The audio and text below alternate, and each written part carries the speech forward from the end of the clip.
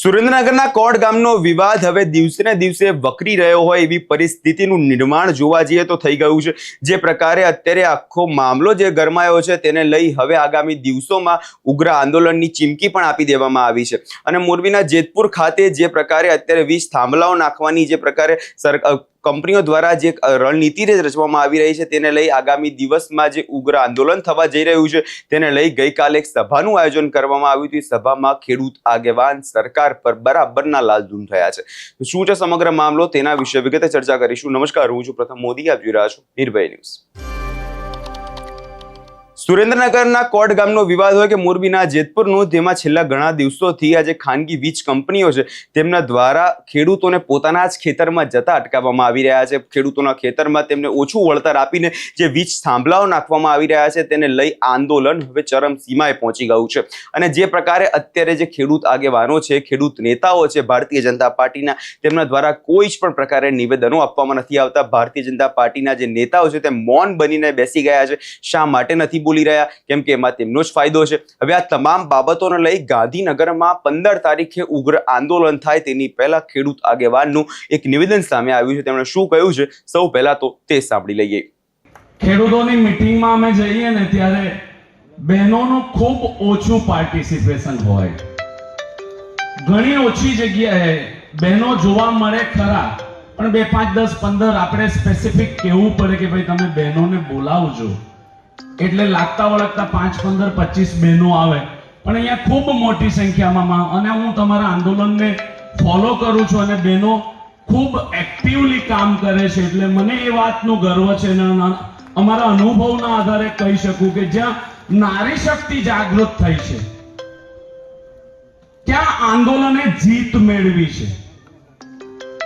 આંદોલનને સફળ કરવા માટે આ દેશની અંદર 50% મહિલાઓ છે અને 50% મહિલામાંથી 30-35% મહિલા જો એમાં પાર્ટિસિપેટ કરતી થાય ને તો મારું એવું માનવું છે કે આંદોલનકારીઓની લાલજીભાઈ મહેનત ઓછી થઈ જાય। અમને ખૂબ આનંદ છે કે અહીંયા ખૂબ મોટી સંખ્યામાં બહેનો છે અને બહેનો જ્યારે પણ દુર્ગા થઈને બહાર આવી છે ને ત્યારે કોઈએ પણ ઝૂકવું પડ્યું છે, પછી ભગવાન પણ કેમ ના હોય અને અસુરો પણ કેમ ના હોય।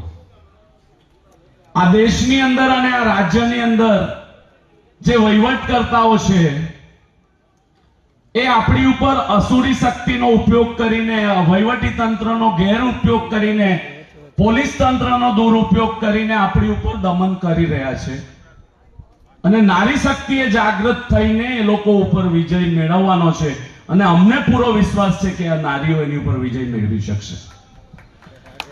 મારા પૂર્વ વક્તાઓએ જે વાત કરી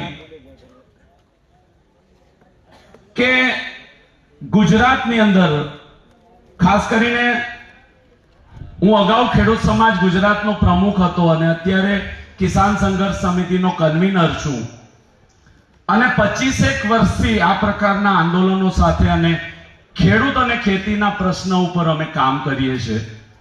ગુજરાતમાં સમયની અનુકૂળતા ન થવાને લીધે અને બીજા અમારા સાથીઓ સૌરાષ્ટ્રમાં, ઉત્તર ગુજરાતમાં, મધ્ય ગુજરાતમાં કામ કરતા હતા, એટલે અમે લોકો દક્ષિણ ગુજરાતમાં, કારણ કે હું સુરતનો રહેવાસી છું એટલે અમારી મોટા ભાગની પ્રવૃત્તિ, ખેડૂત સમાજની પણ પ્રવૃત્તિ દક્ષિણ ગુજરાતમાં અમે ખૂબ મજબૂતીથી કરતા હતા। પાલભાઈના સંપર્કમાં આવ્યા, લાલજીભાઈના સંપર્કમાં તો લગભગ હું 20 વર્ષથી છું। ગુજરાતના જે સ્વૈચ્છિક સંગઠનો છે એમાં સનતભાઈ મહેતાથી લઈને ચુનીભાઈ વૈદ્યથી લઈને એ તમામ લોકો સાથે ખેડૂતોના મુદ્દા ઉપર, કનુભાઈ કલસરિયાથી લઈને તમામ લોકો સાથે અમે ખેડૂતોના મુદ્દા ઉપર કામ કર્યું છે। આ જે વીજ લાઈનના પ્રશ્નો છે એ લગભગ 2 વર્ષથી વીજ લાઈનના પ્રશ્નો ઉપસ્થિત થયેલા છે। 2 વર્ષથી વીજ લાઈનના પ્રશ્નો છે અને કચ્છના ખાવડાથી લઈને જમ્મુ કાશ્મીર સુધી, પશ્ચિમ બંગાળ સુધી, તેલંગાણા, તામિલનાડુ સુધી, મહારાષ્ટ્ર, કર્ણાટકા સુધી આ વીજ ટાવર લાઈનો બાંધવામાં આવનારી છે। કોણ બાંધનારો છે? તો કે ભાઈ અદાણી અને અંબાણી. ગુજરાતની અંદર 84 ગીગાવોટ એટલે 84,000 મેગાવોટ વિન્ડ અને પાવરનું જનરેશન કરે છે. નેહુલ અમૃતિયા અને કાના, હું તને કાના તરીકે ઓળખું છું, એટલે એ બે છોકરાઓને મારે સલામ કરવી પડે કે જેતપરની અંદર 2 દિવસના સેમિનારમાં આવીને જે શીખ્યા એને લઈને આટલી મોટી મેદનીને ભેગી કરી શક્યા. એ બે છોકરાઓને, ખૂબ યુવાન છોકરાઓ છે, ખૂબ શક્તિઓ છે એ બંને છોકરાઓની અંદર. સૌ આ વિસ્તારના ખેડૂતોને વિનંતી કરું, હું જયેશ તરીકે કે ખેડૂત આગેવાન તરીકે જો પ્રસ્થાપિત થયો હોય, આજે મારી 65 વર્ષની ઉંમર છે, પણ હું 25 વર્ષીયમાં એટલે હું 35-40 વર્ષનો હતો ત્યારથી આ પ્રવૃત્તિમાં છું. અને 65 વર્ષે એટલું તો અમે ગર્વથી કહી શકીએ કે ગુજરાતનો ખેડૂત જે સમસ્યાઓથી ઘેરાયેલો છે એને જ્યારે કોઈ તકલીફ પડે ત્યારે પાલ આંબલિયા કે જયેશ પાલને કે જયેશ પટેલને યાદ કરે છે. એ વાતનું અમે ગર્વ લઈ શકીએ છીએ 25 વર્ષની સતત પ્રવૃત્તિને લઈને.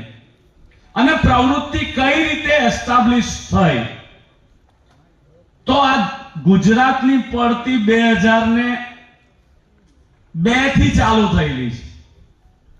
ગુજરાતમાં જે વહીવટકર્તાઓ 2002 થી બેઠા છે એમણે વ્યવસ્થિત રીતે ખેડૂત ખેતી કરતો બંધ થાય, ગામડામાંથી નીકળીને, કારણ કે એને ખેતી કરવી પોસાય નહીં, ગામડામાંથી પોતાની ખેતી બંધ કરીને શહેરની અંદર રહેવા જાય, શહેરની અંદર એક રૂમ રસોડાના ફ્લેટની અંદર કે ઝૂંપડપટ્ટીમાં રહેતો થાય, એ પ્રકારની નીતિઓનું આયોજન આ દેશની અને આ રાજ્યની સરકાર કરી રહી છે. આવી વાતો જ્યારે હું દક્ષિણ ગુજરાતમાં આજથી 15 વર્ષ પહેલા જ્યારે કરતો ત્યારે મને લોકો ગાંડો કહેતા હતા કે આ જયેશ ગાંડો થઈ ગયો છે. આટલી બધી વિકાસની વાતો થાય, આટલી બધું ગુજરાતને મોડલ સ્ટેટ તરીકે જાહેર કરવામાં આવે અને જયેશ આને ક્રિટિસાઇઝ કરે છે. અમે શા માટે ક્રિટિસાઇઝ કરતા હતા? તો કે દિલ્હીથી મુંબઈનો એક ફ્રેટ કોરિડોર નાખવામાં આવ્યો. લાલજીભાઈ કદાચ એમના વક્તવ્યમાં વાત કરશે. ગુજરાતની અંદર 2009 ની અંદર સ્પેશિયલ ઇન્વેસ્ટમેન્ટ રીજન એક્ટ લાગુ કરવામાં આવ્યો. ખાસ રોકાણ વિસ્તાર 18 સ્પેશિયલ ઇન્વેસ્ટમેન્ટ રીજન સ્પેસિફાઈ કરવામાં આવ્યા અને ઓછામાં ઓછા 10,000 એટલે 100 વર્ગ કિલોમીટરની અંદર ઔદ્યોગિક વસાહતોનું નિર્માણ થાય અને ખેડૂતોની જમીન 50% જમીન કોઈ પણ જાતનું કમ્પેન્સેશન આપ્યા સિવાય લઈ લેવામાં આવે એવા 18 સ્પેશિયલ ઇન્વેસ્ટમેન્ટ રીજન ગુજરાતની અંદર બનાવવામાં આવેલા. જો તમે દક્ષિણ ગુજરાત કે ઉત્તર ગુજરાત પાલનપુરથી તમે પ્રવાસ કરતા હો તો મોટી એક રેલવે લાઈન નંખાયેલી છે. એ ફક્ત ને ફક્ત દિલ્હીથી મુંબઈ માલ પરિવહન કરવા માટે નાખેલી છે. નર્મદાનું જે પાણી છે એ ખેડૂતને મળતું નથી 31 માર્ચ પછી, અને ઉદ્યોગો માટે એના દરવાજા ખુલી જાય એ પ્રકારનું આયોજન આ સરકાર કરી રહી છે. આજે થાંભલાઓ પણ જે બાંધવામાં આવી રહ્યા છે એ 2004 પછી 2002 પછી ગુજરાતની અંદર જે નીતિઓનો બદલાવ આવ્યો, ખેડૂત વિરોધી જે નીતિઓ બનતી થઈ એનું આ થાંભલાઓ પરિણામ છે. ગુજરાતની પોતાની જરૂરિયાત 25 ઉનાળો જ્યારે એના પીક ઉપર હોય ત્યારે 25-26 હજાર મેગાવોટ એટલે 25-26 ગીગાવોટની ગુજરાતની જરૂરિયાત છે. 28,000 થી 29,000 મેગાવોટનું જનરેશન થાય છે અને છતાંય 135 ગીગાવોટ એટલે 1,35,000 મેગાવોટનું જનરેશન. અત્યારે તો તમારે ત્યાંથી કદાચ 4 લાઈનો નીકળી છે બીજી એવી 17 થી 18 લાઈનો આ વિસ્તારમાંથી નીકળવાની છે. ઇન્ટરસ્ટેટ ટ્રાન્સમિશન સિસ્ટમ ISTS એટલે ગુજરાતમાં આ પાવર વપરાવાનો નથી. ગુજરાતની આજુબાજુના અને પશ્ચિમ બંગાળ અને તામિલનાડુ તેલંગાણા સુધી એ વીજળી જવાની છે. એટલા માટે કેન્દ્ર સરકાર દ્વારા કાયદાઓ બનાવવામાં આવ્યા છે. ROW ગાઈડલાઈન અને સપ્લિમેન્ટરી ROW ગાઈડલાઈન જે આપણે વખતો વખત વાત કરીએ છીએ. ROW ગાઈડલાઈન શું છે? તો કે ભાઈ એને થાંભલો નાખવા માટે પહેલા લાયસન્સ લેવું પડે. લાયસન્સ લેવા જાય ત્યારે એને વધુ પ્રસિદ્ધિ પામેલા ગુજરાતી ન્યૂઝપેપરની અંદર એની જાહેરાત આપવી પડે અને ખેડૂતોના વાધા સૂચનો લેવા પડે.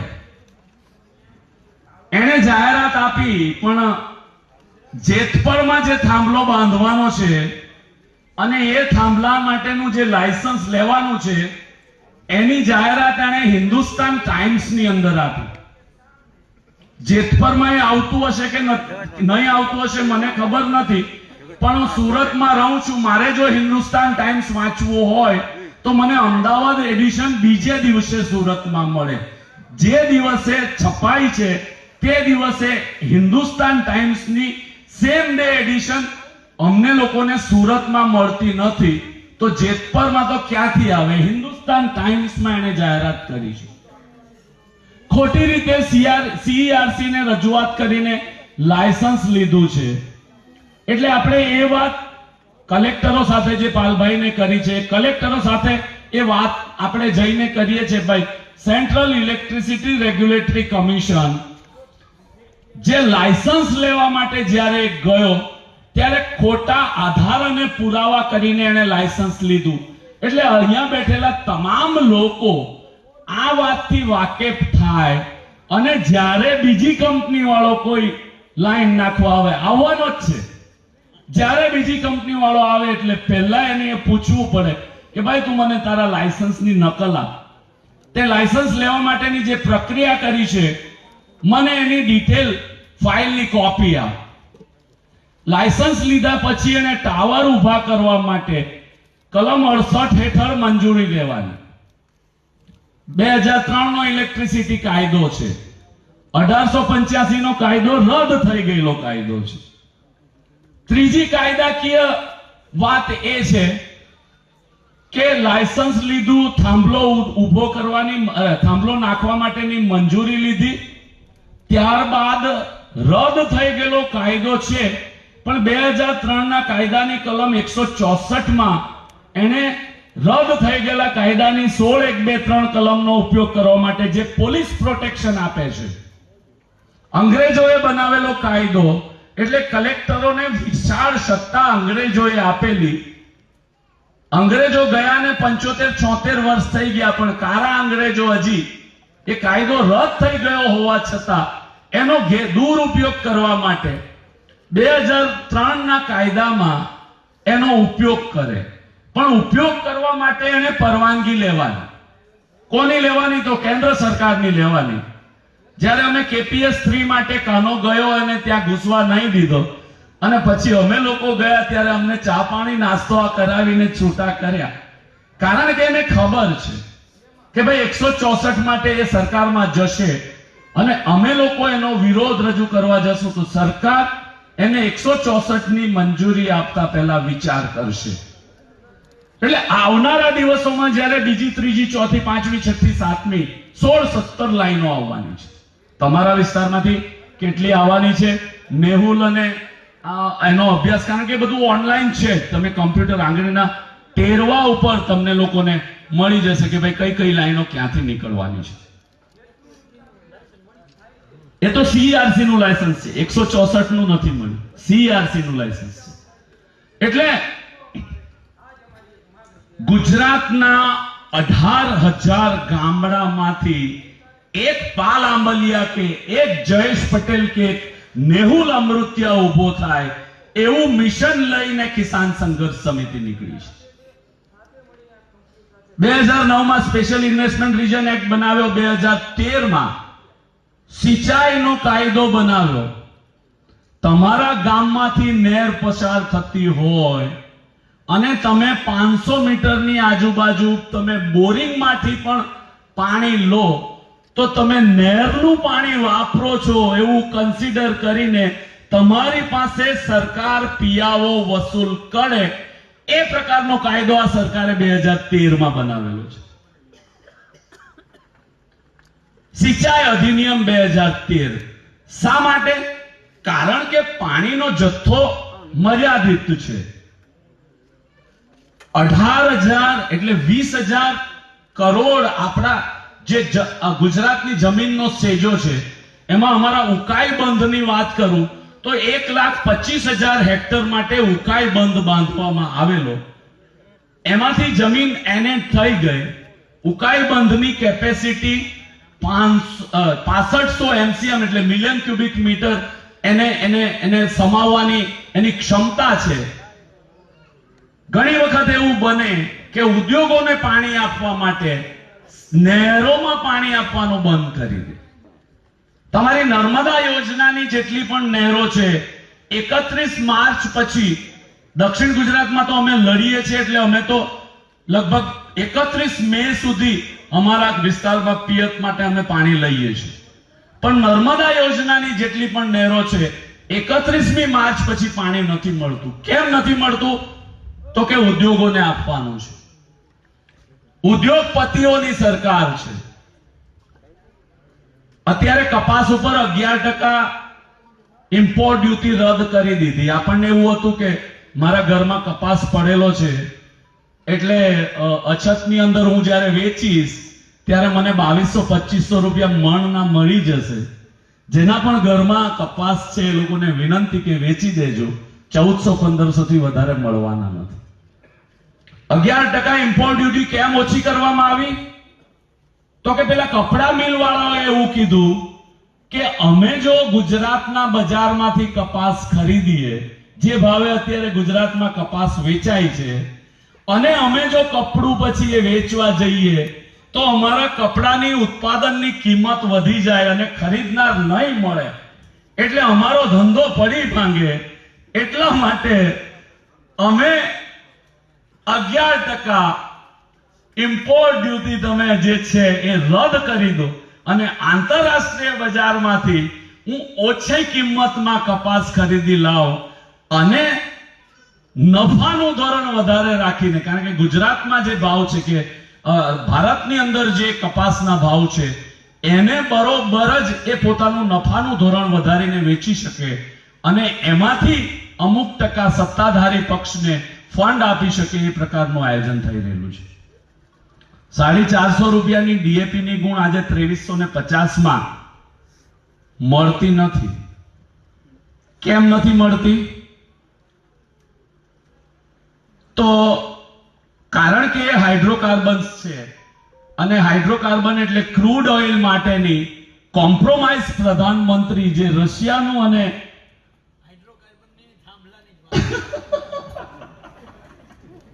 ખાતર નથી મળતું એટલે આ મુદ્દો. ઓકે. એટલે એનપીકે ડીએપી આપણને બજારમાં મળતા નથી. કેમ નથી મળતા? તો સરકાર પોતાની જવાબદારીમાં જે સબસિડાઇઝ ફર્ટિલાઇઝર્સ હતા એની ઉપરની સબસિડી ઓછી કરી દીધી. સબસિડી ઓછી કરી એટલે બનાવતી કંપનીઓને જે પોસાવું જોઈએ પોસાતું નથી એટલે એમણે ઉત્પાદનો ઓછા કરી દીધા. માર્કેટમાં ખેંચ વર્તાય. અલ્ટિમેટલી સફરર કોણ છે? તો ખેડૂત છે. ફરી પાછો થાંભલાની વાત ઉપર આવો. બજાર કિંમતના 4 ગણા અને 4 ગણા નક્કી કરવા માટે માર્કેટ રેટ ડિટર્મિનેશન કમિટી અને કમિટીની અંદર એક ખેડૂતનો પ્રતિનિધિ, એક કંપનીનો પ્રતિનિધિ અને એક કલેક્ટરનો પ્રતિનિધિ, એ 3 જણાની કમિટી બને. એટલે હવે પછી જ્યારે કોઈ કંપની વાળો કે કલેક્ટર પાસે જાય ત્યારે આપણા ખેડૂતોની માંગણી એ પણ હોવી જોઈએ કે ભાઈ માર્કેટ રેટ ડિટર્મિનેશન કમિટી બનાવો, વેલ્યુઅરની નિમણૂક મારે કરવી છે. દક્ષિણ ગુજરાતમાં પાલભાઈએ વાત નહીં કરી, બાકી ઘણી બધી જગ્યાએ કહે છે કે 75 લાખથી લઈને 1,75,00,000 રૂપિયા એક થાંભલાનું ખેડૂતોએ વળતર લીધું છે. એવા સંજોગોમાં આપ સૌ સંગઠિત થાવ અને બહેનો આટલી મોટી સંખ્યામાં અહીંયા ઉપસ્થિત છે, બહેનોમાંથી પણ આગેવાની લે અને બહેનો પણ આ વાત સમજીને અધિકારીઓ અને પોલીસોની સાથે વાત કરતી થાય એટલી અપેક્ષા અને અધિકાર સાથે આપ સૌને વિનંતી, 15મી તારીખે ખૂબ મોટી સંખ્યામાં ગાંધીનગર આવો અને આપની વાત રજૂ કરો ને આપના અધિકાર માટે લડો એટલી અપેક્ષા સાથે વિરમું. જય હિન્દ, જય ભારત. મારો એક નારો છે, જો કિसान हित की बात करेगा वही देश पे राज करेगा. जो किसान हित की बात करेगा, जो किसान हित की बात करेगा. जय हिंद.